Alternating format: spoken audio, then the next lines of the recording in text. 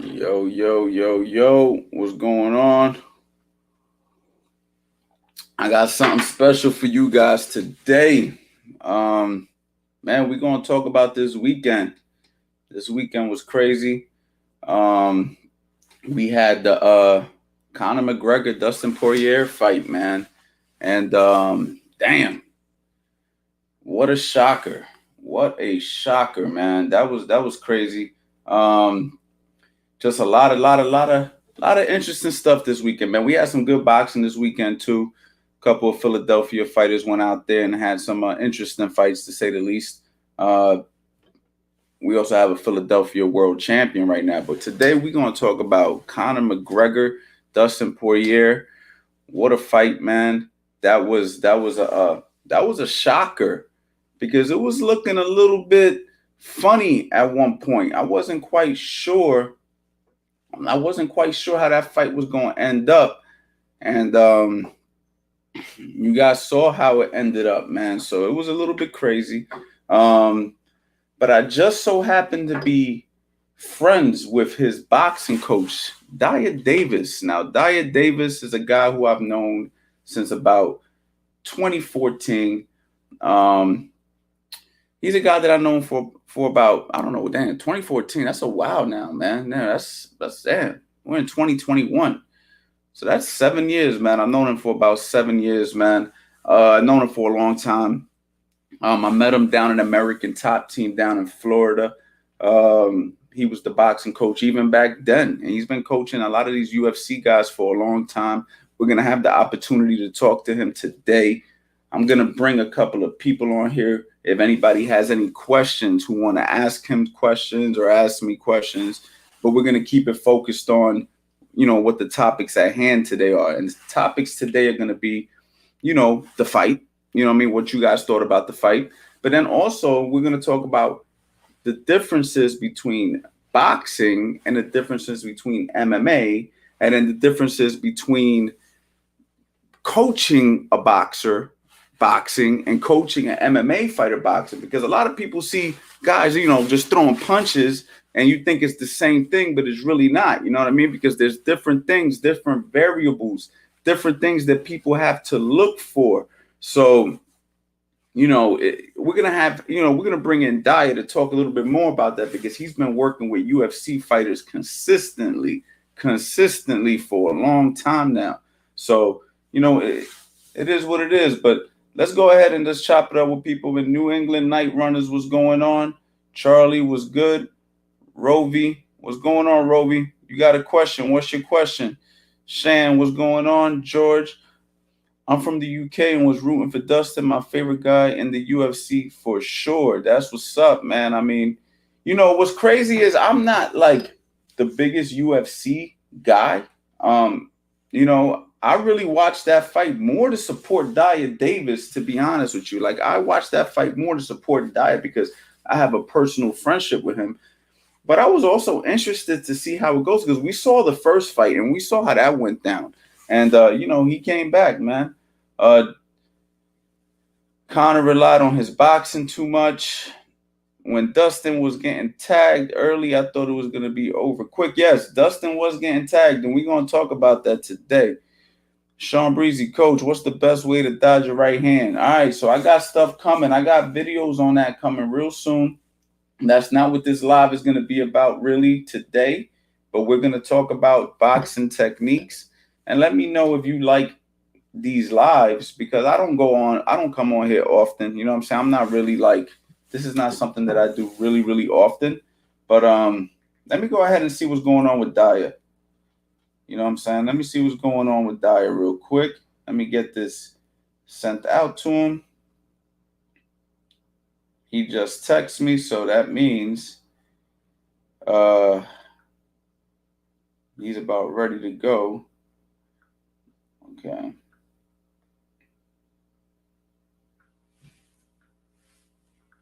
All right, he just sent me, so I'm sending him the link now. It should be here soon. But let's keep talking to the people. Um, Connor hasn't had a fight in the lightweight in almost 5 years. That's true. A Logan Brown, the knockout shows footwork is everything. When Conor's leg was done and stuck in that corner, he couldn't get out. Yes, he was getting chopped with that leg kick. And it was what's crazy is I didn't really notice how much it was affecting him till the announcers started talking about it. Then I started to see he was kind of, and then when he started getting tagged, he had no defense for it. Or a Mal, man, I don't know how to pronounce your last name, Malave. Not sure if I'm saying it right, man, but big shout out to you. You already know Conor only beats featherweights. Ooh. Well, we're gonna talk about that too. Well, you know what's crazy is you say featherweights, but in boxing, the featherweight division and in MMA, the featherweight division are two different weights. So when you say featherweight, you know what I mean? For me, I'm thinking at 126 pounds, but I know in MMA, that's not really the case. What do you think about Naoya Inoue? Good fighter. How do you think the third fight will go?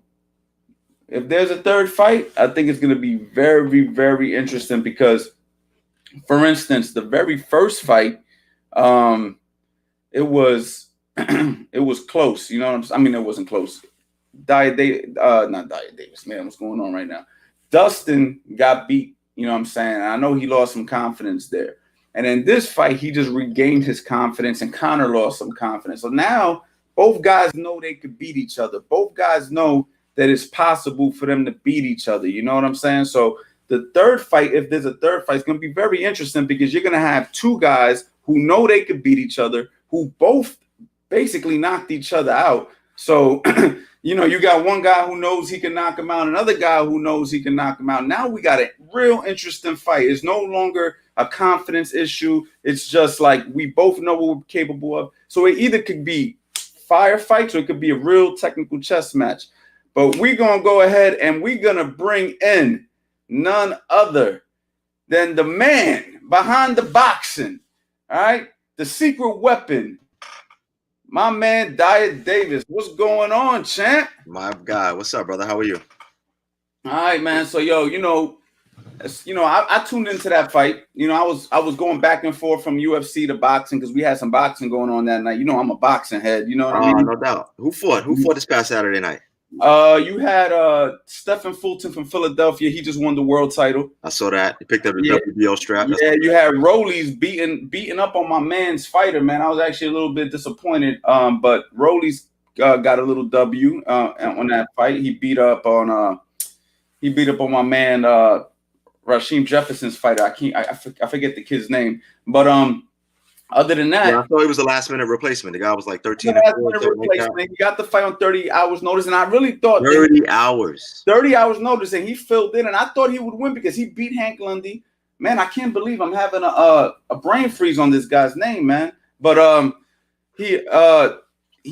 thought that he would do way better against Rollies. You know what I'm saying? And he Rollies ended up dominating him, and I was just like, damn, because I've never been really impressed with Rollies like that. You know what I'm saying? Yeah, me either. And for this kid, there's no knock on Rolly, but I'm just not. Yeah, no disrespect to Rollies, just me as a boxing brain in the sport. Right. I look at Rollies and I say, this guy. Oh yeah, my man Avery Sparrow. That's who lost to him. Avery Sparrow. Okay. Thank you for that though. Big shout out to Jorge for that. But I was surprised because Avery could fight, but he didn't show it this weekend, man. I can tell you that. I mean, listen, 30 hours is not a whole lot of time to prepare for anybody, Right. That's getting up off the couch. But he did make weight, so something tells me he had to have the gym. You know what I mean? You did make the weight, you know what I mean? But we're not gonna talk about that. We're gonna talk about you guys. We're gonna talk about your success this week. First and foremost, I was telling the people I met you back in around 2014, maybe. I known you before that, but we formally met in around 2014. Right. I used to be the boxing coach, one of the boxing coaches for King Mo, who retired now, who had a fantastic career, one of the best people who I've met in this game. And if you don't know who King Mo is, look him up. He got some great highlights. And I got a chance to meet Dyah Davis and actually work with him on the mitts and just realized what a special talent he naturally was, you know what I mean, just by holding the mitts for him, seeing him, you know, shadow box. He had a good boxing career, professional boxing career. Obviously, if you don't know, his father was Howard Davis Jr., you know what I'm saying, one of the most, you know, prestigious names to have as a last name is Davis right now in boxing, you know what I'm saying, you know what I mean, you know, big salute to your pops.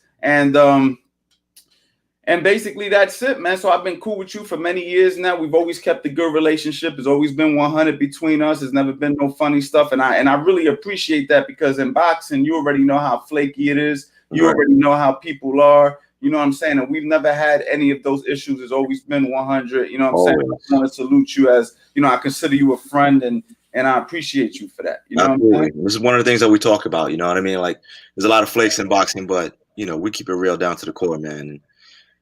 You know, whether you disagree with what somebody else is doing or not, I mean, that's not your place.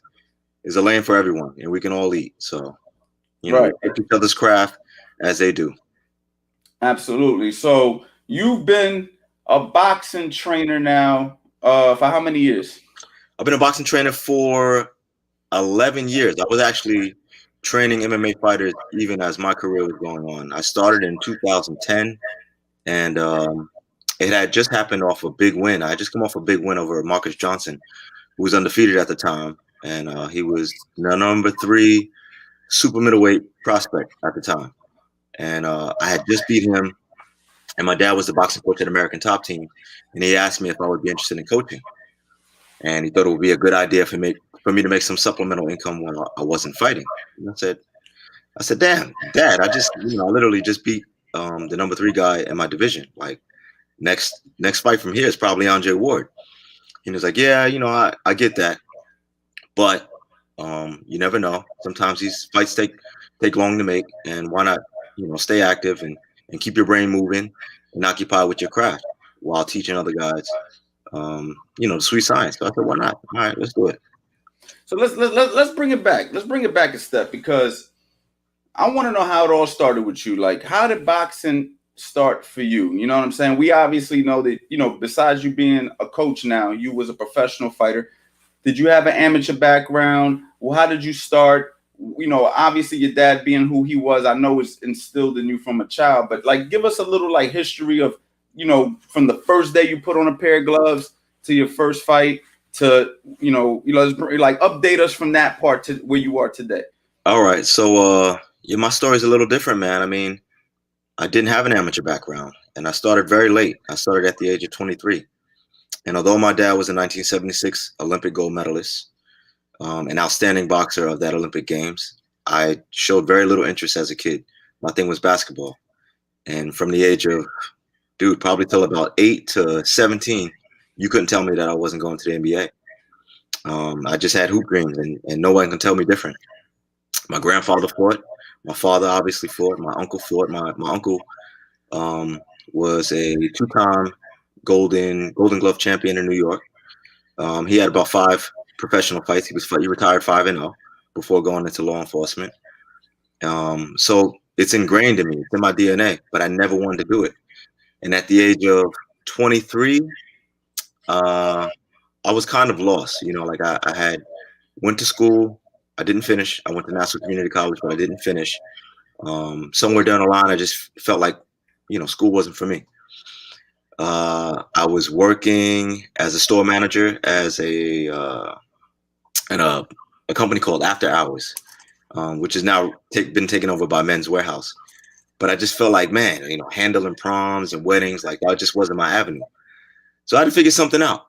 And watching the fight between Lennox Lewis and Vitaly Klitschko, I literally had an epiphany. I said, I want to box. And I wanted to be heavyweight champion of the world. I said, I can do it. And at the time, I was 228 pounds, man. I was literally 120 away from being I fat. can't even imagine you that big. You know what I'm saying? Dude, that's what I weigh right now, though. You know what I mean? But go ahead. Hey, man, if I don't be careful, I'm not too far off. I need to chill out. But yeah, I was 228, and I had the epiphany, man. I saw Lennox Lewis, you know, kind of getting worked up a little bit on Vitaly Klitschko, who took that fight on short notice. I think he only had about 3 weeks time to prepare for that. And I said, man, Lennox Lewis getting worked up a little bit, man. I could be heavyweight champion of the world. So I called my dad up the next day. I said, Dad, I want to box. And jokingly, he said, "Box what? Oranges and grapes." And I said, Yeah. "Come on, Pop, I want a box, man. I could do this." He says, "All right, well, how much you weighing now?" Now hold on. Now before we get to that, I'm assuming I know the answer to this, but was he ever teaching you boxing? Like Never, at least never. just for like recreational? Like, come here, son, let me teach you a 1-2 or any of You know that. what? He may have tried, but like I said, I showed very little interest. So you And didn't know nothing about boxing until you were basically 23. You basically didn't even know how to throw a jab. nothing. So basically to the people, I work with Tevin Farmer, you know what I'm saying? And his motto was never too late. And that's a prime example of never too late. I get guys asking me all the time at 20 years old, 19 years old, is it too late for me? You didn't know nothing about boxing other than what your father accomplished until 23 years old. So, that's just a little bit of motivation for anybody in there, wondering if it's too late for them. But anyway, continue. Right.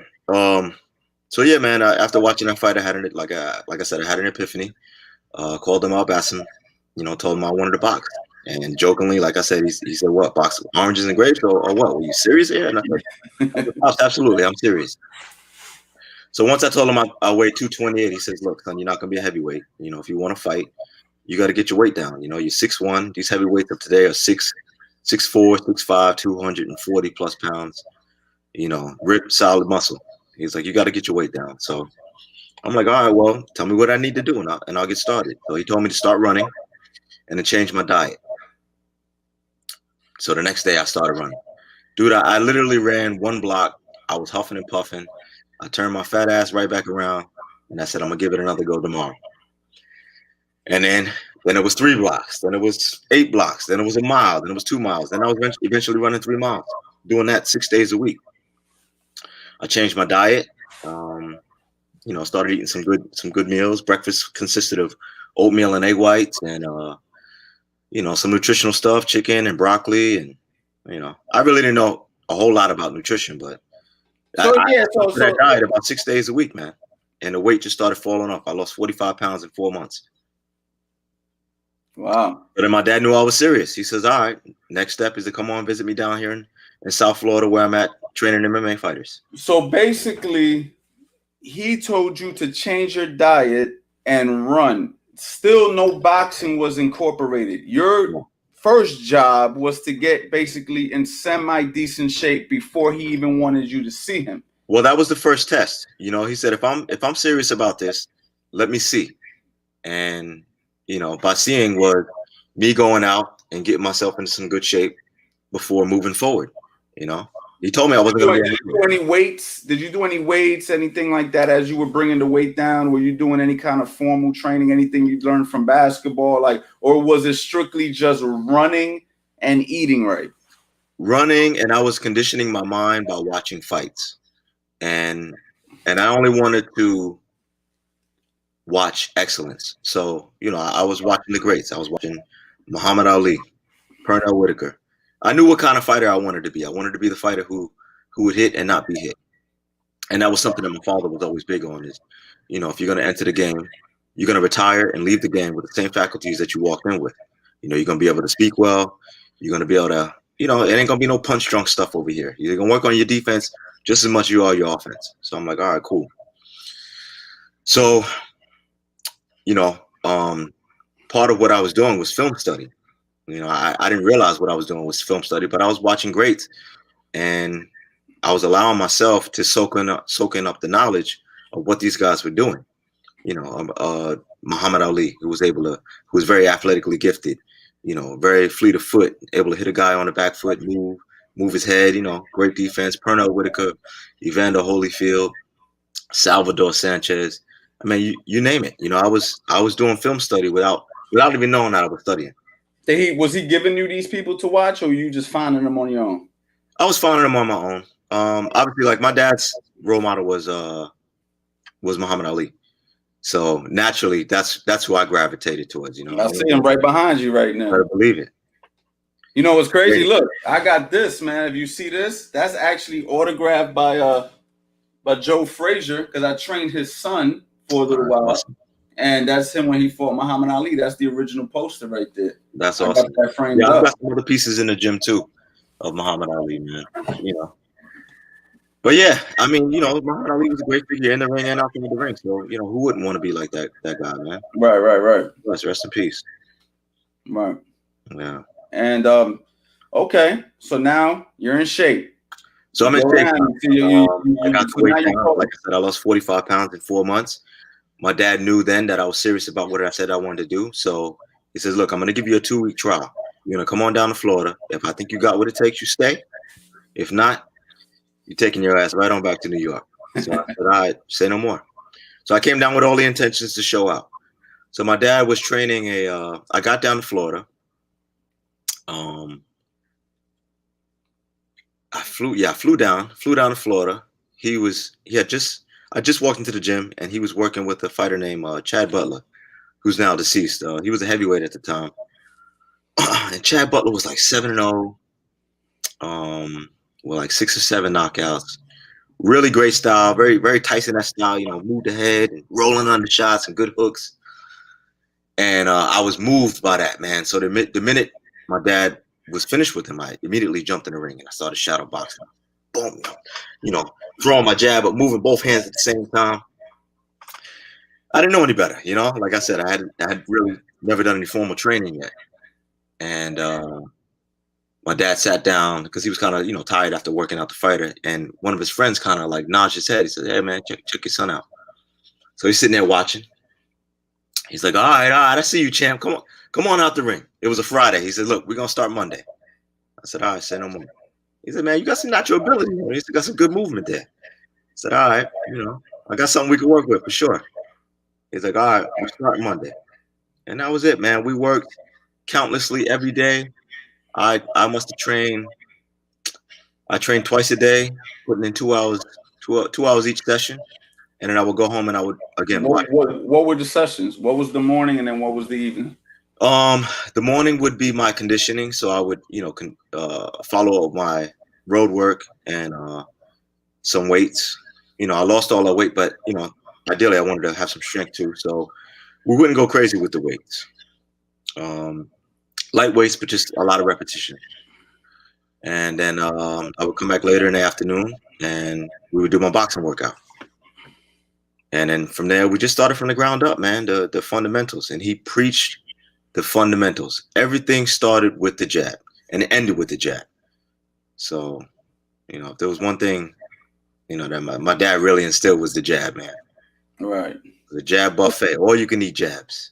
Well, I tell people all the time, I say the right hand beats the hook beats the uppercut, but the jab beats them all. You know what I'm saying? And that's the truth, man. The jab is definitely the number one punch in boxing. And it shows, man, you have a great jab. So then you went from training. How long did you train before you decided to say, okay, I'm turning professional? What was that little journey like from when you were now, okay, you learned the fundamentals, however long that took? How long did it take you to learn the fundamentals? Dude, I'd say I had everything down pat between training 2 to 3 hours a day and then going home studying. I had a lot down in 6 or 7 months. That's fucking fast, bro. Fast. You were definitely in that. That was definitely in your blood, man. Yeah. So like I said, I started in 2004, which was an Olympic year. So ultimately, if I was going to go into the amateur circuit, I wanted to achieve the same things my dad did, which was winning a gold medal. So obviously, I would have had to wait another 4 years. So by that time, I would have been 27, 28. That's a little late. It was a little late to just be getting into amateur boxing, right? Right. Even though there's people doing it, though. What's that? Even though there is some people doing it. I know a girl 36 years old still chasing the Olympics. You know what I'm saying? God bless her. Yeah. But I just didn't want to go that route, man. I was like, look, I want to start and I want to get paid for what I'm doing. And he agreed. He said, look, man, you're doing so well with the fighters that you're working with. He's like, why not? We'll get your amateur experience in the pros. We'll pick your fights accordingly. And then gradually we'll step it up. Each fight there'll be another gradual step up. So I said, all right, say no more. Let's do it. He was thinking along the same lines that I was. He said it, but I was thinking it. So you had your first pro fight, what, 1 year into training? 8 months into training. So I moved down to Florida in January of 2004. I had my first pro fight in August of 2004. That's unprecedented. I've never heard of nothing like that before, man. You know what I'm saying? I'm sure it's happened, but I personally never met anybody who's been able to accomplish that. You know what I mean? I've had kids that I trained for over a year before I let them have their first amateur fight. So for somebody to come in 8 months later, go into their first professional fight is just a different. That's just a different thing, man. That's totally different.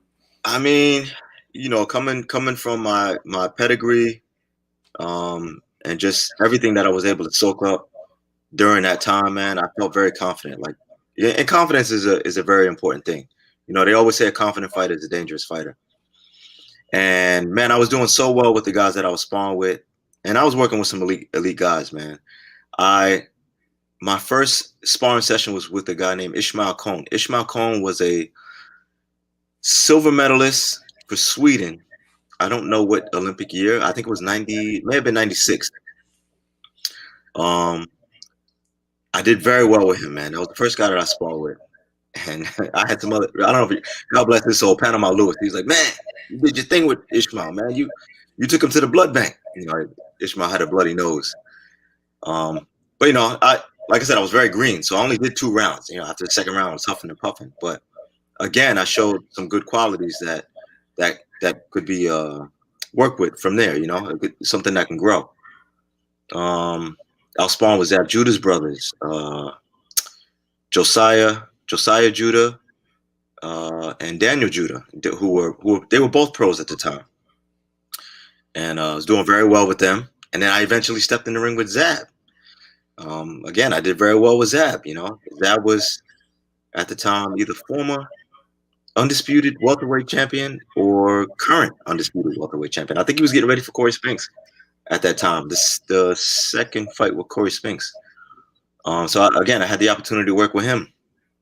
Dude, I worked with the who's who in the boxing division. Like when guys were hot, I was working with them. Lushan Boutte, who was champion at the time, I helped him get ready for a fight. I was doing so well with him that they actually kicked me out of camp. I had the opportunity to work with Chad Dawson, Babut Shomanov, Sakul Powell. I even had the pleasure to share the ring with B Hop, Bernard Hopkins. I helped him get ready for the first fight with Jermaine Taylor. I helped him get ready for another fight with the return bout with Roy Jones, the rematch. Wow, that's a hell of a that's a nice little a lot of stuff, man. A lot of stuff I didn't know that you did, man. I worked with Alan Green, dude. I worked with so many top level fighters, man, that I was able to soak in everything. And every day that I was in the gym, like I said, being able to work with these guys, even if I didn't spar with them, if I'm watching them spar, it was like going into a university. I'm taking something knowledgeable away from that segment or that training session every time out. Yeah, man, that's a lot of good experience. You definitely got a crash course No doubt. in boxing Harvard. You know what I'm saying? No doubt. And listen, not all those sparring sessions were on a high note for me. I got my ass handed to me some of them sessions. Yeah, I'm sure. But at the end of the day, it's all learning, right? So now let me ask you. Sorry. No, the gym, somebody's at the door. No, it's all good. Yeah, but so now we're boxing professionally. You're working your way up the ranks. You did this fairly quickly. Talk to me about a highlight in your professional career. What is your biggest and your most proudest moment as a professional fighter? I'm gonna say my biggest and proudest moment as a professional was the win against Marcus Johnson. Let's see. I was coming off a loss and a draw. So I had lost. My first nationally televised fight was against Aaron Pryor Jr. Oh, wow. And to be honest with you, I really didn't think much of Aaron Pryor Jr., but he was very tall. The guy was 6'6", and fought at super middleweight. And I think he even fought as low as 160. But I was working with John David Jackson at the time, and he had a slew of amateur fighters. So I didn't get the training that I needed for that fight. and also showed up for my first nationally televised experience. I was like a deer in headlights, man. As soon as they put that camera in my face, Yeah. I froze, bro. I saw, instead of seeing my opponent on the other side of the ring, I saw my family members. I saw everybody, being together in one setting, watching their nephew, their son, their cousins. Like I just wasn't ready for the moment. And again, had I had the amateur experience and getting under the lights, I may have been prepared for that. So, it's a two-sided coin to that. Not having amateur experience and getting your experience in the play. Right. But so again, I lost the decision. I then fought who did I fight? Who I ended up getting a draw. Francisco Sierra, who I handily beat, but I fought on a Top Rank show with a guy who was promoted by Top Rank. We were the main event. I beat him 8 rounds out of 10, and he scored a draw. So my next matchup was against Marcus Johnson. Again, Marcus Johnson was ranked number 3 in the world at that time, and I felt like I was being overlooked. They were kind of looking at me as like the sacrificial lamb. Had he beaten me, he was going to fight probably either Andre Ward or Lucian Bute for the world title. So I felt like that was my opportunity to shine, man. I trained extremely hard. I did everything in my powers that was necessary to get the victory. And come fight night, I showed up, man. I beat him almost every round and then dropped him in the 9th with a body shot. Beautiful. Right. So now that fight was on Showtime.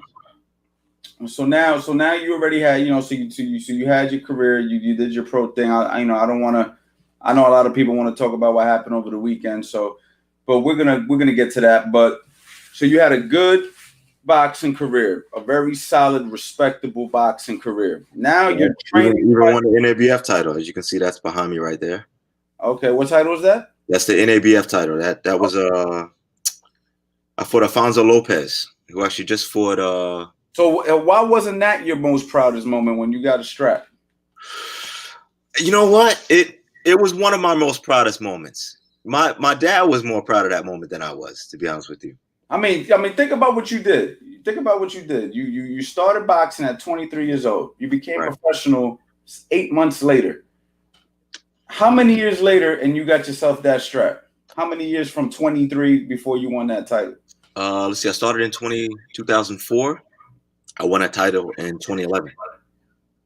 So 6.5 years. 6 years. 6 years. Okay. Well, I mean, that's a respectable amount of time, but still, starting at 23, you're not even 30 years old. You're almost 30. Right. And you got yourself a title. Yeah, it was. I'll be honest with you. It was very hard to get fights, and it wasn't necessarily who I was. It was who was behind me. Right. Or who I was the son of. Oh, Howard Davis' son. Oh, no. We don't want that fight. Matchups were eluded. Were you ever one of those sons? Were you ever one of those sons that kind of I've met a few, like for instance, I know a few kids whose their fathers were like, good fighters or prestigious in something. Were you one of those sons kind of like, yo, don't compare me to my pops, I'm my own man? Or were you kind of one of those sons that was like, yeah, that's my pops? Like, what was your personality when it came to that? I had such a great relationship with my dad, man, that obviously I did want to step out of my dad's shadow, but I love to embrace the fact that I am Howard Davis's son. This is the lineage that I'm looking to carry on, Davis legacy. So yes, I embraced that. I definitely did embrace the fact that I was the son of 1976 Olympic gold medalist Howard Davis Jr., who also had a stellar professional career as well. He's a 3-time title challenger. So I was very proud of that. And still, obviously. Right. So now you're coaching MMA guys, right? Let's get to the beginning. You're still fighting. Right. You're coaching MMA guys, right? You're doing it really just to make a couple extra bucks. So I'm assuming that you're in it, but you're not all the way in it yet, right? You're kind of just kind of going through the motions, right? So talk to us about that. So yeah, like you said, like I was in it, You know, it was a way to earn income when I wasn't fighting. Um, but then I started, the more I did it, the more as I realized, damn, I actually got a niche for this, man. You know, and not only did my dad teach me to box, but he also gave me the ability to teach. And, you know, that in itself is something amazing. And there are times where I'm teaching and I'm saying certain things, and it's funny. It's like I hear my dad talking. Damn, if that ain't my father, it's something crazy. But yeah, just to have the ability to teach is a blessing, man. To be able to hand off the knowledge and do so in a way that um, it still echoes my dad's voice is amazing. Right, right. Um, and My apologies. Hold on. everybody wants to work with Dyah Davis now. Look, that phone's ringing. That Wow. phone's The ringing, phone's guys. ringing. Right, The DMs is lit. that phone's ringing.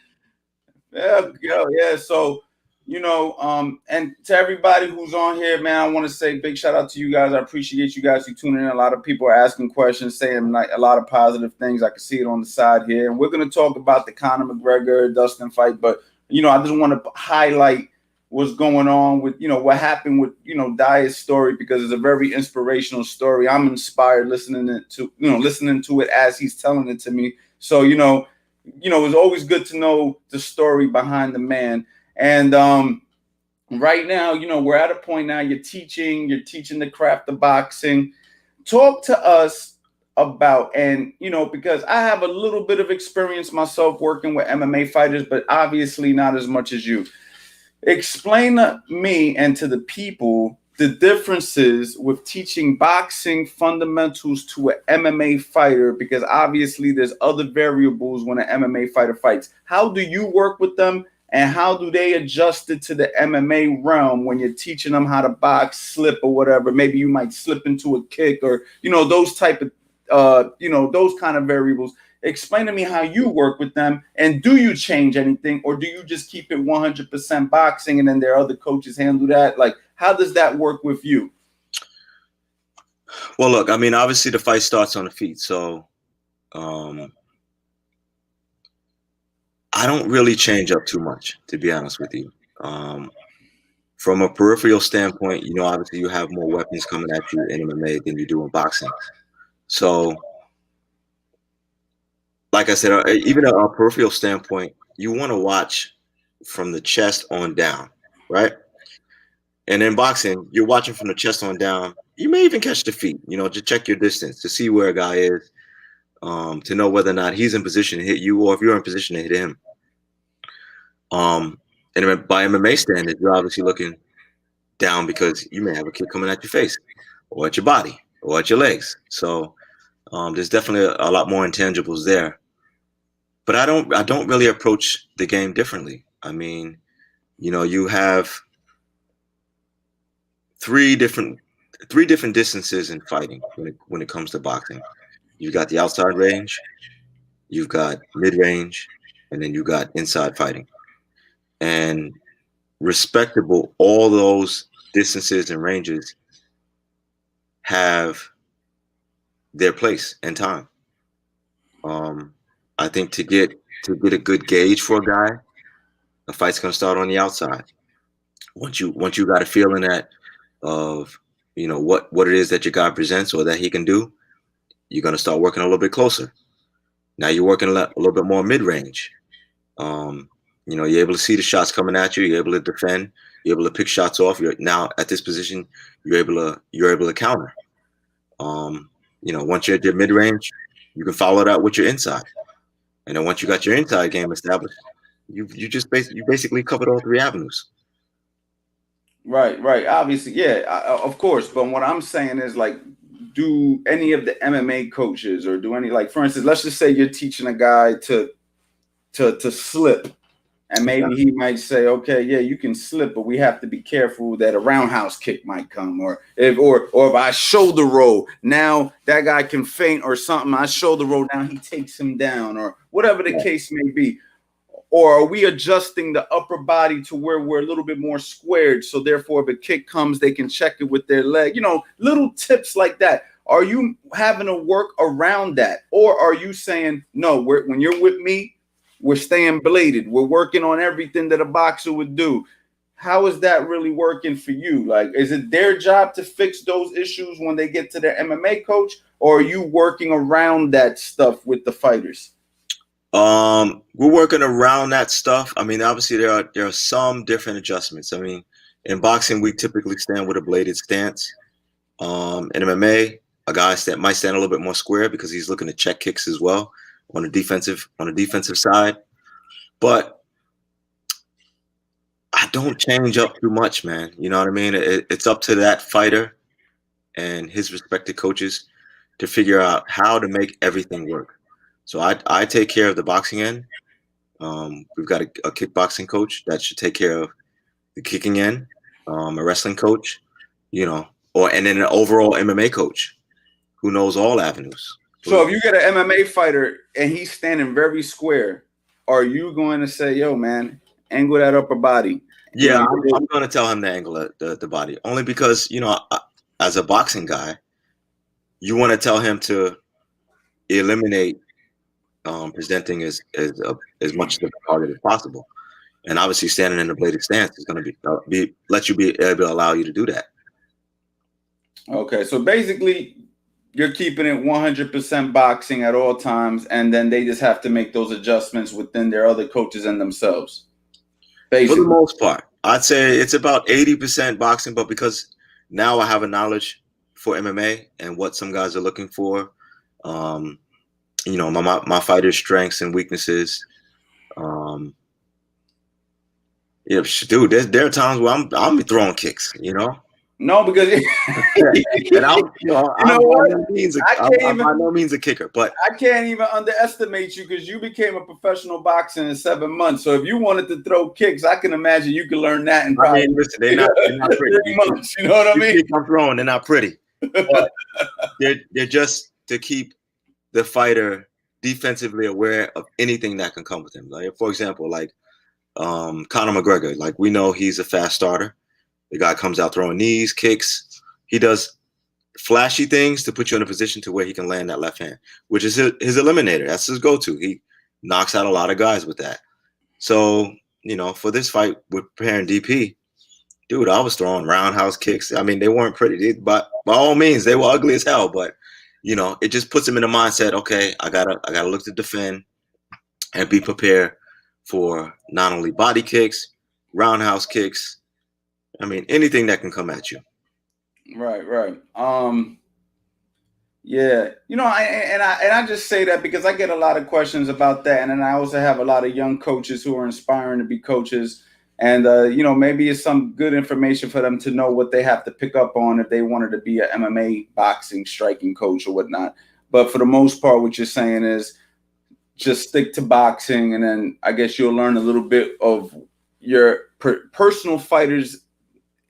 Almost like working with a professional fighter, right? Or an amateur boxer, I should say, not a fighter, a boxer, where every fighter you're training them slightly different because they all have their own inclinations or whatnot. You know what I'm saying? I mean, no, I don't train any one fighter the same. Everyone's got their own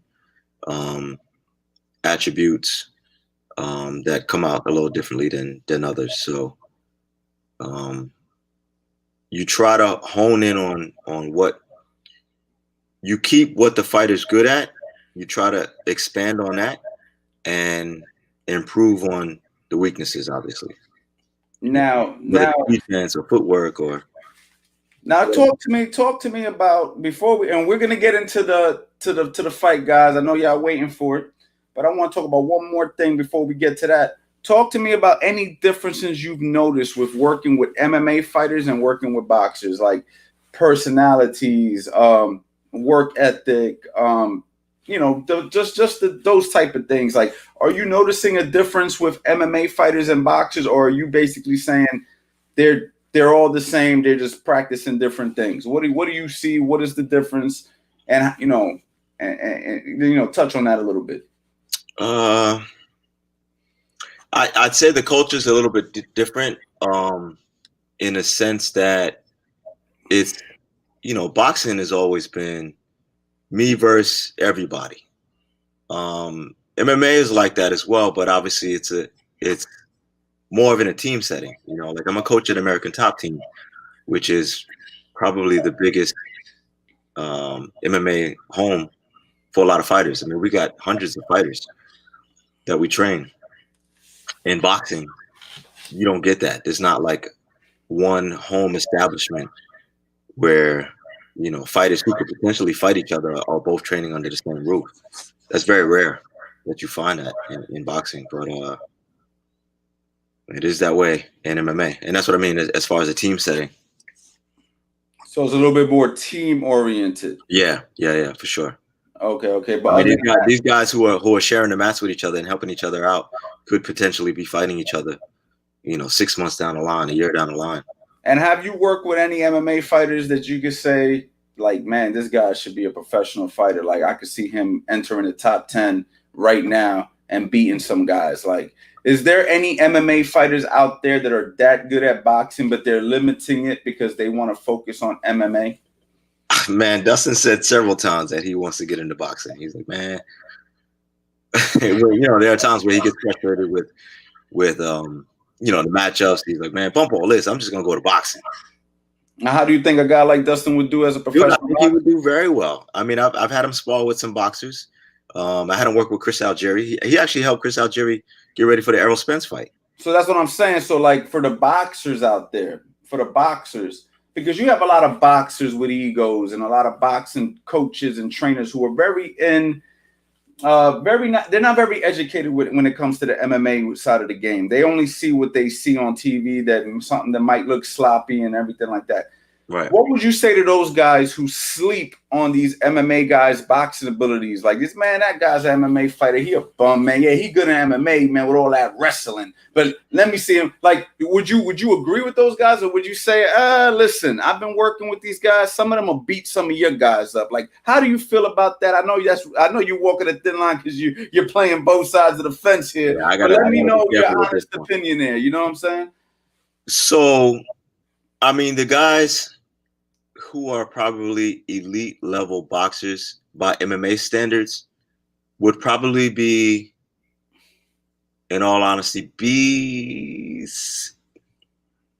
minus C level fighters in boxing. That's pretty high. It's still pretty high. It's still pretty high. But like you're talking like elite level. Nah.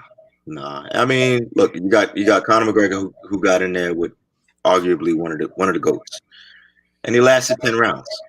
But I mean, I think Mayweather obviously just toyed with him. I think he wanted to wait and get him until later rounds and then destroy him. Mayweather's not a knockout artist by any means, and hasn't been so since moving up to from 135. But Conor's a big guy, so he wanted to wear him down.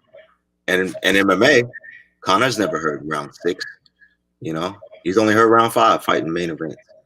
So you hear round 6 and round 7, you hear those numbers for the first time. It's like, oh shit, what am I doing? How different do you think that is doing 12 3-minute rounds or 5 5-minute rounds? Because those 5-minute rounds, man, them rounds ain't short either. Sometimes I'm in round 3 of an MMA fight, like, God damn, we're only in round 3. Like, we got 2 more of these goddamn rounds. You know what I'm saying? I mean, they're apples and oranges, man. They're different. I mean, a guy can be in MMA and expend much more energy in MMA than he would do in boxing. Because there's wrestling involved, kicks involved. The kick, your legs are the heaviest thing on your body. If you're lifting that thing and swinging as hard as you can, you're definitely using a lot of energy. But I get a lot of MMA fighters who are doing 3-minute boxing rounds who are taxed. I mean, taxed physically after 3 or 4 rounds on the mitts. And these guys are surprised that we're doing 12, 15 rounds in the gym training at ease. Right. So, Hold on, Dyah. I want to make sure Instagram knows what's going on. Instagram, if you guys ain't on here, man, y'all need to get on my YouTube channel. I'm interviewing Dyah Davis, the legend himself, man, coach of Dustin Poirier. We just beat Conor McGregor. That stock went up. Make sure you swipe up. Yeah, man. I gotta make sure I get everybody tuning into this. This is a real good interview. So go ahead, continue, Dyah. No, plug talk, my man. Yeah. So respectively, the both combat sports can be taxing and exhausting, man. When you're mixing in wrestling and kicking and everything, all that can be taxing on you, man. When you got a guy who from MMA who goes into boxing and realizes I just got to focus on boxing and throwing punches and movement, some guys don't realize how taxing that is. So, like I said, I've got some guys who do like 3 or 4 rounds on the pads and physically exhausted, like they did a 12-round fight. That's crazy. That's crazy. It's just different. Apples and oranges. It is different because I actually tried jiu-jitsu, Brazilian jiu-jitsu, for like just a couple of sessions. Not yeah. What belt are you? White belt? Yeah, I'm definitely a white belt. I might not even be a white belt. I might be the belt before white belt. But I got on the mat, and when the dude got on top of me, pause. You know what I'm saying? Yeah. I got anxiety, and I actually started getting gassed, like because I couldn't get him off of me, and it was like quicker than when I'm hitting the bag, running the mitts, shadow boxing. And I'm just like, yo, my cardio isn't this bad to be getting tired this quickly. So you know what it is? It's a different kind of cardio. It's a comfort level, though. You know what I mean? Like you've been boxing for X amount of years, decades probably at this point. Yeah. There's a certain level of comfort. Your body is used and is conditioned to do that. When you're doing jiu-jitsu and you're having to use muscle strength now, which isn't really required much in boxing. You're not having to use strength. You're not lifting a guy. You're not pulling on a guy. You're not, trying to submit a guy. Right.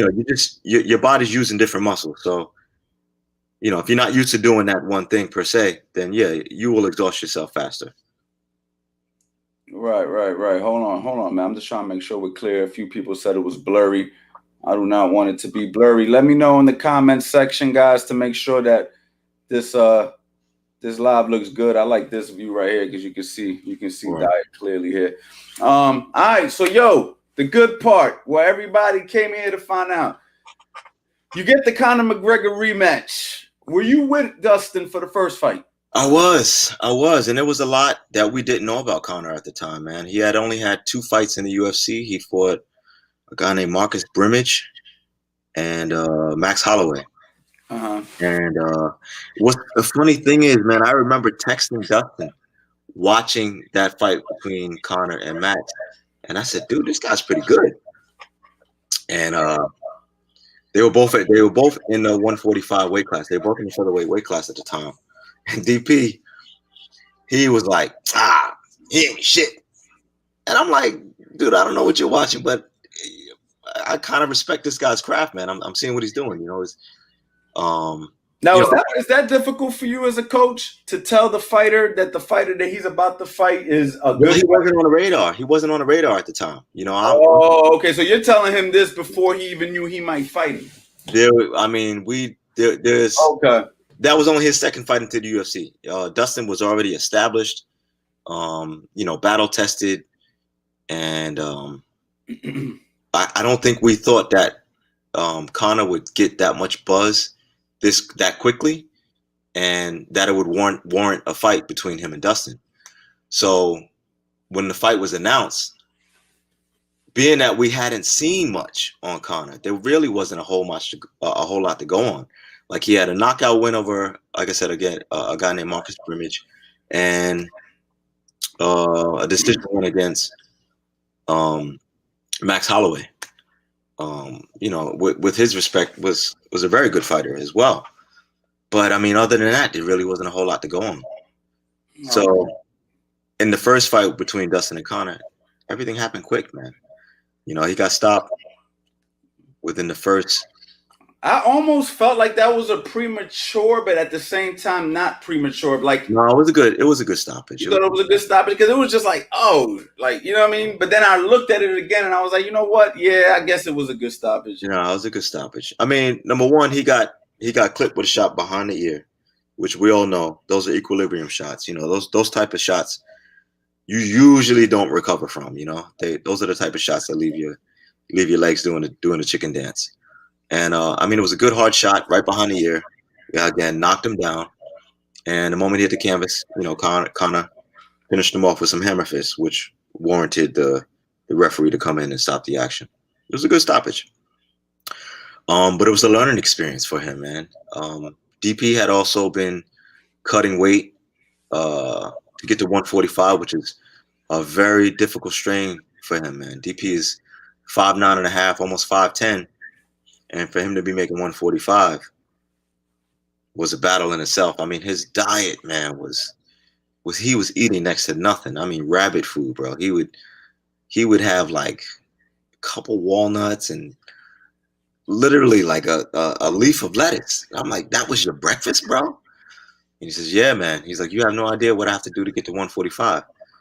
So after the Conor fight, we sat and we discussed a possible move to 155. Like, let's go where you feel strong. Like, why are we depleting ourselves to fight at 145? And he was like, I'm ranked high in this position. I'm in the top 5. I want a title shot. And I'm like, I get it, but you're not doing your body any justice by doing this to yourself. So after the Conor fight,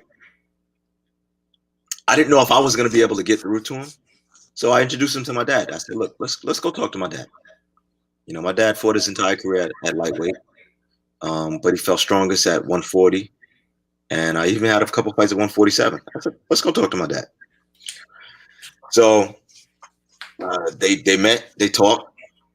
I was there, and I just kind of just stayed put, and I just watched, and I listened.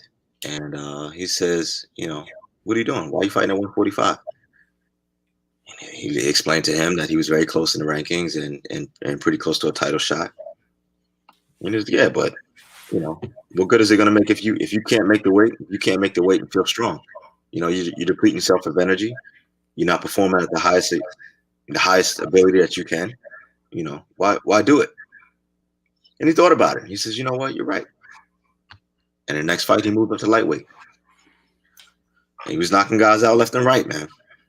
And that was the weight class that was suited for him, for sure. Yeah, look at that. Look at that. That's what's up. Now, yeah, let's talk about that. So now he's knocking guys out. So now let's just fast forward. Let's go all the way to this fight. You guys get the rematch. You guys get the phone call. Hey, 6 years later. 6.5 years later. How many years later?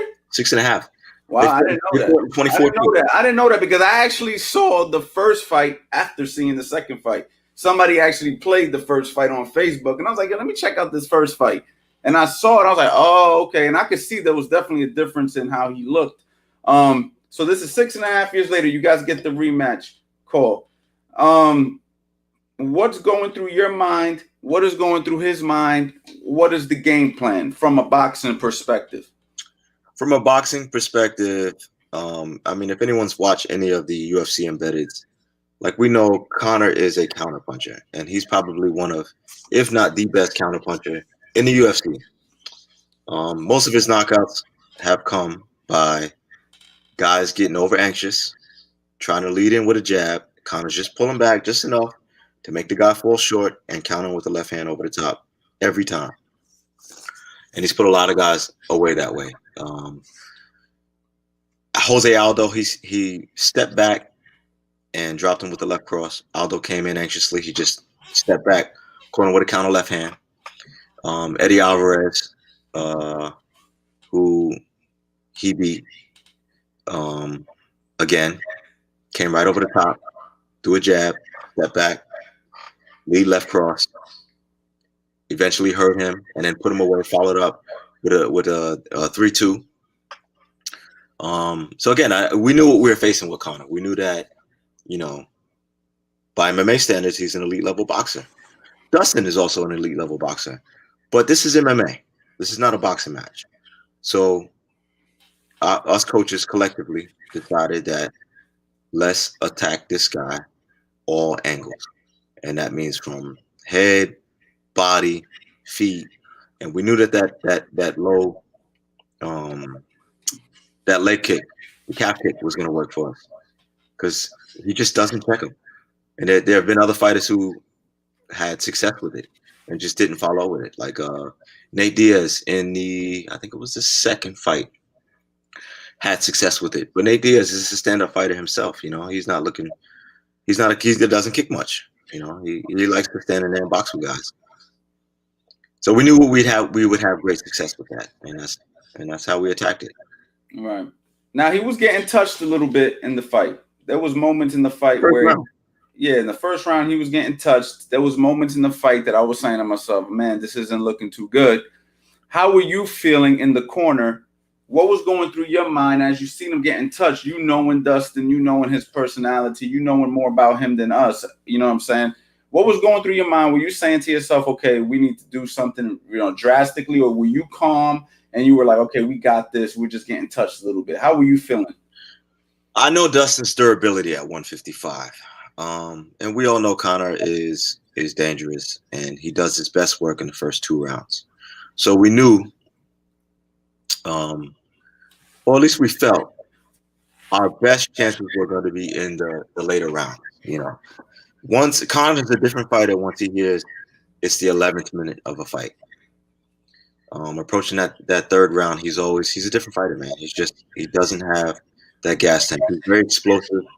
He's got again great counterpunching ability, but when using those that counterpunching ability, like it requires a lot of fast switch action. It's very taxing on you physically, especially if you hurt a guy. You're looking to put a guy or follow it up and put a guy away. And if you don't get it done, it's going to exhaust you. So we knew that we had to be smart.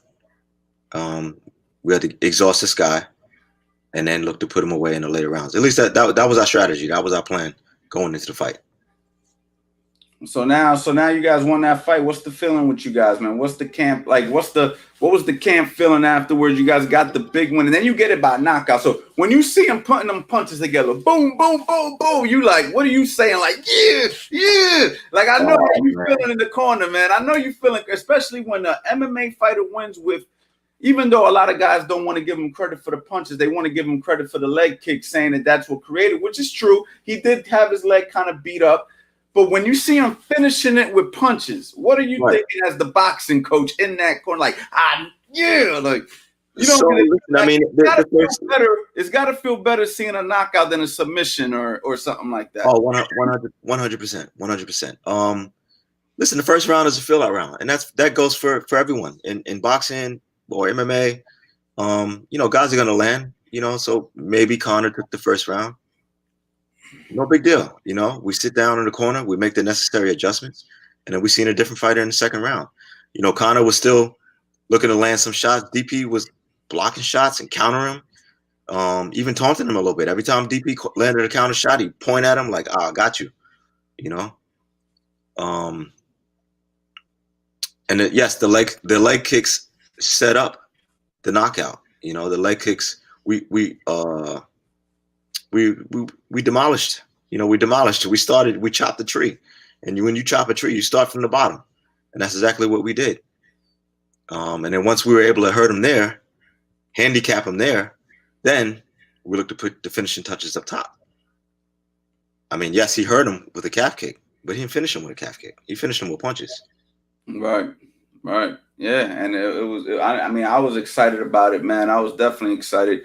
So now you guys are all feeling great. You guys are all feeling good. What's next, man? What's next for you? So first of all, you're a boxing coach for the UFC fighters at American Top Team, but you also own your own facility by the name of the Boca Boxing District. Talk to me. What's next for you? I know your stock just went up. I know personal training went up to about $250, $300 per half hour. You know what I mean? Because they're working with the best. You know what I'm saying? So talk to me about what kind of energy is in your gym right now? What kind of energy is over at American Top Team? I mean, that's such a big win. You guys beat one of the biggest mega stars of the sport by knockout. Talk to me about what's going on in your mind, his mind, and what's next for you guys. What's next for us, man? We're I mean, it should be nothing less than a title shot. He just stopped the biggest name the UFC has ever known, and did it in an impressive fashion in the second round. So there should be nothing. There's no other talk other than title shot, man. I mean, obviously, everyone saw how the UFC was pushing a potential rematch with Conor McGregor and Khabib. And we just put a stop to the UFC's cash cow. I mean, obviously, they're going to try to milk McGregor as much as possible, but are they going to get a rematch? There's no rematch in this for these guys? There's a potential rematch. They're talking about it. But it's still too early, I mean, we're only 2 or 3 days removed from the event happening, and still very early. But there should be only title talk when it comes to Dustin for his next match. Only. I don't know who it's going to be against. Khabib is obviously retired. I don't know why Dana's trying to keep pushing and holding on to the fact that he may come back, like, his father, who is now deceased.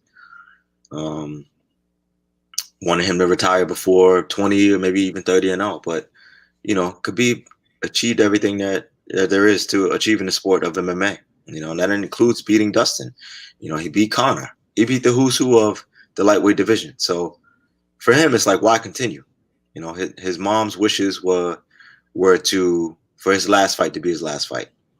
So, now his father's no longer here. He's vowing to live up to his mom's wishes, which, I respect that. He's done everything that needs to be done in the sport. So you guys are open to a rematch. You guys are looking for a title shot. How many guys do you have on your roster right now as far as MMA fighters, UFC guys? How many guys are you working with? Or is Dustin just your premier guy right now? No. He's one of the premier guys that I work with. I also work with Amanda Nunes, who's getting ready for her fight. She's two division champ. Her notable fights is knockout win over everybody. She knocked out everybody. She knocked out Cyborg. She knocked out Ronda Rousey. She knocked out Holly Holm.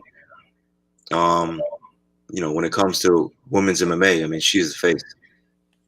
Right. So yeah, I work with Amanda Nunes.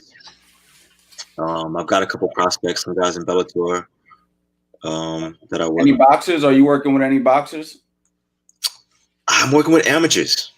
I don't have any professional boxers that I'm working with. Are you looking to work with professional boxers? I'm open. I'm definitely open to it, for sure. You're open for it. Okay. Yeah, 100%. Okay, but you got some amateurs and stuff. So talk to me a little bit about, well, first, after we talk about what I'm about to ask you, I'm going to give you guys an opportunity to do a Q&A with us. I mean, you can ask Dyah or my, let's focus on Dyah. You guys can ask Dyah whatever, you guys want to ask him. And I'm going to pick maybe a couple of people that I'm actually going to bring on here so you guys can actually talk to us. You're going to have a time limit. I can't have you guys talking for too long. But, everybody's going to get a chance, 2 or 3 people, depending on how this keeps going, if you guys are interested in that. And we'll keep it going from there. But talk to us a little bit about the Boca Boxing District, what you got going on over there right now as far as a program. So Boca Boxing District, we're located here in Boca Raton, East Boca. I'm off Yamato and Dixie Road. I've been open. I'm approaching 2 years now. February 1st will be 2 years for me. This is Florida, for the record. For right. Boca Raton, Florida. My program consists of, you're definitely gonna learn the sweet science, but it's derived around fitness. And for those who want to take it up a notch, and I have sparring available. We do sparring every Friday. For my morning classes, Friday morning and Friday evening, I hold sparring. For those who actually want to get in and tap into what it is that they're learning, apply the sweet science that they're learning in the ring. Yeah, I've been open 2 years now, man. How has the COVID affected your business? Has it affected it much or no? Everything's pretty much the same. Dude, I mean, down here in Florida, man, Governor DeSantis he's a G, man. He's a gangster, and I respect him for that. He's allowing businesses to stay open. Initially when COVID first set on and businesses were allowed to open, I think it was at like 30% capacity, then 50% capacity. But man, the doors are wide open now. I still ask my clients to walk in with masks, and to take the mask off once they get to that designated area, which will be their heavy bag, their station for that 60-minute duration. And that's it, man. We disinfect and clean as necessary. We try to follow all the protocols You feel safe. You feel safe in the environment that you're providing. I do. But I mean, COVID is out here, man. Like, look, I had it. I had it in November. I had it over Thanksgiving, and it's out here. It's a global pandemic. It's inevitable. Right. All right. Well, that's good to hear. All right, guys. I'm gonna let you guys chime in with the Q&As. I'm putting a link down there. If you guys want to actually get on here and chop it up with us, the link is right there in the comments section. But right now would be a good time for you guys to ask Dyah any questions boxing related. But yeah, man. Yeah, the COVID is even crazier up here, man. They got everything shut down up here, basically. You know what I'm saying? So I mean, the gyms are open though, but we got to wear the mask at all times and stuff like that. So it's definitely a different vibe up here in Florida. You know what I mean? Yeah. Have you been up here? I haven't, man. It's been a while, bro. I mean, usually I come up, from New York, but I come up every year for Thanksgiving, and it just allows me to see all my family in one setting. Everyone's eating and having a good time. But due to COVID, man, Thanksgiving was canceled this year, and shit, I had COVID around that time anyway. So my Thanksgiving was quarantined in my room alone in my own house. Well, damn. It is what it is. I had to keep my family members safe. My wife, my son, who just turned 2. I had to do what we had to do. Right. All right. Hold on. Somebody's asking who's Chandler. Do you know who Chandler is? Chandler. So I got a question. Oh, Chandler. Michael Chandler. Yeah, question. I noticed that when Chandler throws his power shot, he kind of stalls. How do you counter someone like him? I would think to try to make sure he doesn't figure out your rhythm or timing. All right, what's your answer to that, Dyah? Like I tell all my fighters, we're not looking to wait for anyone per se. I mean, we're looking to get off first. And if we do have an opportunity to counter, to see what it is that's coming, we're obviously looking to block and counter, but we're not waiting. We're not looking to wait for anyone, The idea is to get off first and to be last. Okay, so be first, be last. I hope that answers strings. We got Kenwood. What techniques do you teach differently? I kind of asked you this already, but let's reiterate on this. You know what? There's not a whole lot that we look to change differently in respects to MMA. I mean, it's the coach and the fighter do have to figure that out to make the necessary adjustments for their respected sport. But for the most part, the fight starts on the feet, and the same rules apply, man. Feet need to be shoulder width apart. You don't want to present too much of a target, so you're not really looking to stand square. There's really not a whole lot. I mean, slipping the defense is primarily the same. You can still slip and counter a punch. There's no difference there. You can still look to block and counter a punch. There's no difference there. You just have a smaller playing field. Obviously with smaller gloves, you're not really looking to catch and counter so much. That's why most of the MMA fights are typically fought on the outside or that mid range, and not necessarily inside. Because anything can happen with 4-ounce gloves, man. All it takes is one shot. Right. I got a couple of people chiming in right now. Let's bring somebody in. We got Georgie Porgy right now. We're gonna bring Georgie in. What's going on, Georgie? Hey man, how you guys make it out, man? What's up? We good. What's going on, my brother? I always appreciate you. Keep it short and sweet so I can keep everybody in here coming in. Yeah, Dyah mentioned being concerned with the peripheral vision and looking from the waist up. So would you say Dustin's his reputation of having great hands opened up those calf kicks? 100%. I mean, there have been talks of Conor fighting Manny Pacquiao, right? Right. And with his comeback fight, he didn't have to select Dustin, but I think because he knew Dustin's ability to strike and stand up on his feet, maybe he thought this was going to be a boxing match in MMA.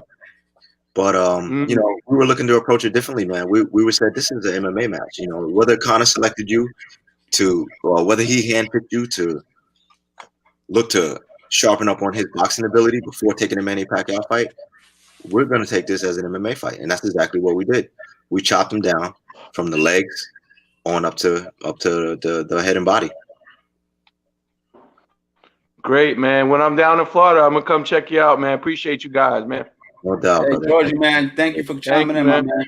Appreciate you. All right, we got my other man in here. I don't know how to pronounce your name, champ, so I don't want to say it the wrong way. It's Owen. It's a Welsh name. Owen, okay, what's going on, champ? Talk to me. Talk to Dyah, I should say. So you were talking about how you improved quite quick when you were younger, and do you think you need the high quality sparring partners like you did to improve like you did, or can you do the same? Can you get some information off of YouTube, learn off of YouTube, and then put them on people who aren't? I mean, listen, there's several different ways to learn. Obviously, I didn't start out working with elite level guys right away. I honestly started working with MMA fighters, and then once I got comfortable there, it's like, okay, everything's got to be a gradual shift. You can't start out working with elite level guys right away because, that could eventually shell you up. You may go into a defensive posture. You're getting hit a little bit too much. You're working with guys who just know too much. And you're on the suffering end. That's not going to help you with your confidence or your ability to get better. But I think it is important. I think once you've hit a certain mark to where is that you're better with the guys that you initially started with, then of course you have to grow and you have to get better with, gradually work your way up the ladder. Right, okay. Just fortunately for me, I was able to do that in my environment. I just was surrounded with all this great talent. Yeah, you sound very lucky. Yeah. It's good to have somebody behind you like his dad did, who an extra set of eyes, who's gonna guide you the right way and make sure that you're protected along the way also. So you have to make sure you have somebody you trust with you. You know what I mean? All right. Okay. All right, champ. Thank you for coming in, baby. All right, Owen. Good luck, man. All right, we got my other man, Blue Shadow. Blue Shadow. Hey, how's it going? How you doing? I was wondering if you're familiar with Jeet Kune Do, and if you're familiar with the concept of attacking by drawing, as it applied to Conor. Conor seems to attack by lowering his hands, drawing in the attack, and then to what degree do you think that he's not proficient enough at parrying and blocking, and if that interfered with the result in his loss? I'm not familiar with Jeet Kune Do, but I know Jeet Kune Do is what initially started mixed martial arts. It's something that Bruce Lee honed upon, and he studied several arts, which he's basically the founder of MMA, if you would say. But yeah, with respect to Conor, he's not really a guy who parries. He does block shots, but for the most part, he's looking to pull back. Again, like you said, he's looking to draw you in. He wants to give you a target, pull away to set you up for his counter shot. So we knew what we were up against in respect to that. In a rematch, what are you expecting? Same result. Blue Shadow, man. Hopefully a lot quicker. Thank you, brother, for chiming in. Thank you. Thank you. Right, take care. We got a couple other questions here before we move this along. From Jorge Dyah, would you say the calf kick was there because of Conor was some concern with getting hit? Okay, go ahead. I'll let you answer that. Again, I think Conor went into this MMA match thinking it was going to be a boxing fight. But we took what was available to us, man. And that calf kick, You kick a guy a couple times in the calf, even one or two. Like I said, man, that is it'll handicap you real quick. Our guys at American Top Team are known for that's almost like our staple now. We're known for that calf kick. And I was telling guys, I said, look, we're known for this calf kick, but we need to work on defending it too because other guys are starting to take notice. Nice. All right, we got True Street. Dyah, what are some good hydration mixes for boxing? Yeah, and I love this guy's profile image right here. Prince and Tyson. Good hydration mixes for boxing. Let's see. I mean, hydration. If you're talking about weight depletion, Pedialyte is always good. Coconut water is always good. Dude, I've even seen guys just add a little salt to water just to get some sodium in their system. There's some other tactic that Dustin uses. Dude, he would be adding stuff called like waxy maize to Powerade, Gatorade, those the typical stuff, I've actually seen guys do the Pedialyte with the coconut water and right. water. Yeah, you just got to be careful. You can't drink that stuff too fast, man. I drank Pedialyte after a weigh-in one time, and I just guzzled that thing back. Man, I was running to the toilet, bro. I actually heard another guy who's matter of fact, that dude Dolce. Right, Dolce Diet. He said the best thing for hydration after a cut is water, pure water. Yeah, water is good, but because water just runs through the system so quickly, you want something that the body can hold on to. So, like if you've got water, and you're adding salt to it, you're now not only drinking the water, but the body's retaining it as well. All right, I got another one for you. With boxing. All right, good. I'll let you read this. With boxing, I'm used to slipping low in MMA Muay Thai. Slip as low as doing boxing puts my head in the danger zone. What can I do to improve but stay safe from head kicks? Good question. Go ahead, Dyah. Right. You can't approach an MMA match like a boxing match. So, there are different tangibles that you can use effectively. Slipping, blocking, parrying. I would definitely be careful with rolling because you don't want to roll into a kick. You don't want to roll into a knee. So you gotta be careful. Okay, and I got my last one that I'm bringing in, my man Julian. Hey, what's going on? Brother? What's going on, Julian? You're gonna be the last one. Go ahead. All right. So, how do you close the distance on somebody who's a rangy fighter and also a counter striker? Me being somebody who likes to fight in the pocket, I just wanted to know some advice on that. So obviously, I mean, if you're looking to get in close, it all starts with the jab, man. The jab and feints are going to set that up. When you feint, if you're in position, if you're close enough and you're feinting a guy, obviously he has to respect what it is that you're doing. So if you're really selling the feint, which is very important, you got to sell a feint. I see guys in MMA feinting all the time, but they're not even close to each other to respect the feint. You have to be in position to feint and make the guy believe that you're in position to attack him. So feints are very important. Obviously, a double jab is going to be important to help establish the distance that you want to be at in order to land your follow-up punches. So if I were you, I would definitely be working on my feints, double jabs, and in a lot of people don't talk about the different type of feints. You've got, if you're keeping your hands up, you've got the hand feint where you're moving the hand. Obviously you're in position.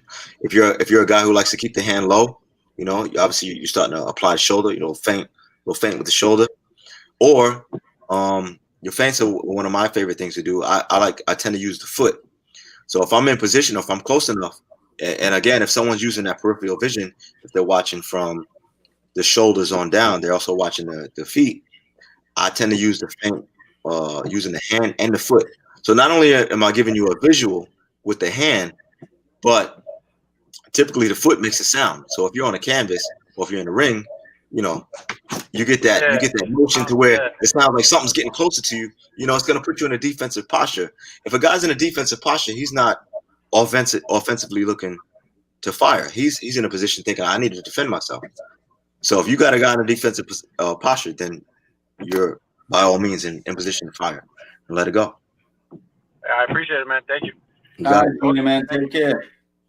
All right, everybody. So there you go. We're going to wrap it up on a positive note. That was, Dyah, super dope. Super dope, man. I actually known you for a lot of years and learned a lot about you today in this 1 hour and actually an hour and a half, almost an hour and a half. Man. The time flew, man. Honestly, I could do this all day, you know what I'm saying? But at some point, we got to know I know you a busy guy. I got stuff going on. No doubt, man. I literally hitting the ground running, man. I just got back from Abu Dhabi last night at 11 p.m. Eastern. I'm sure you're going to have a lot of interviews, a lot of people requesting interviews, a lot of people requesting training now, you know what I'm saying, with good reason. So, let the people know how they can get a hold of you, how they can find you, what, your name of your gym, website. Let them know for all the people who are interested to, follow with Dyah Davis. Right. So you can find my my gym Instagram is Boca Boxing District. My personal Instagram is Dyah_Ali. That's DYAH_Ali, ALI. Why is it Dyah Ali and not Dyah? Ali is my birth middle name. That's my middle name. Dyah Ali Davis. Okay, so there's a lot of Ali inspiration in your life, even to the middle name. All right, go ahead. Dyah is Arabic. It means great. And Ali is someone of exalting. Okay. Also great. So, I'm sorry. Dyah means champion. Ali means exaltant or someone who's great. So my father, without thinking that I would go into boxing, always felt like if you name a child with something of meaning, they will flourish into that. So he nicknamed me Great Champion, or not nicknamed me, but he named me Great Champion.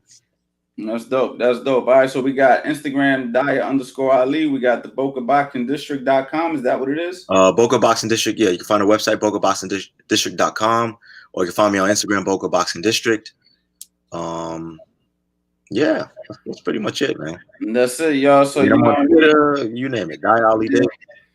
Always posting, man. Great person, very, very knowledgeable to the sport of boxing. He brings a lot of wisdom, a lot of knowledge, man. I appreciate you taking the time to come chop it up with me, man. And I appreciate you for having me. And guys, I'm gonna also be uploading this to my YouTube channel. So for anybody who, you might want to share this with, please share this. Please like this, because that'll help the algorithm push it. And we need more people to see, authentic boxing people like Dyah Davis, on my channel. So I want to say, big shout out to everybody. Thank you guys so much. And you already know, guys, boxing life. Coach Anthony, thank you, brother, man. Keep doing what you're doing. You're doing great things, man. Thank you, my brother. Take care. All right. Peace.